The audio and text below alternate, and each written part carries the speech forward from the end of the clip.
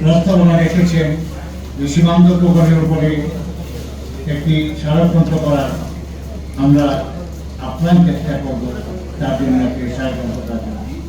সীমান্ত প্রকল্প মৃদুভাষী ছিল, সে আমার জানা মতে আমাদের কারোর সাথে কখনো বেয়াদবি করেনি এবং রূঢ় আচরণ করেনি, এমনকি সে রেগে কখনো কথা বলতে দেখিনি।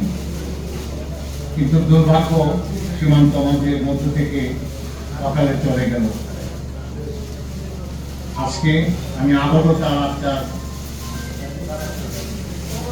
শান্তি কামনা করি এবং তার পরিবারের প্রতি আবারও গভীর শোক এবং সমবেদনা জানিয়ে আমার এবং এই সবার সমাপ্তি ঘোষণা করছি। আপনাদের সকলকে ধন্যবাদ। এখন মহিলা নির্বাহী সভাপতি জনাব নাসির হোসেন জিয়া, ধন্যবাদ।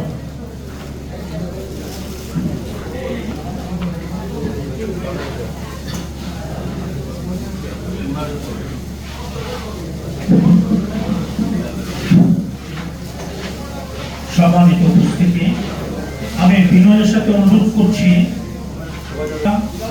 প্রত্যেকে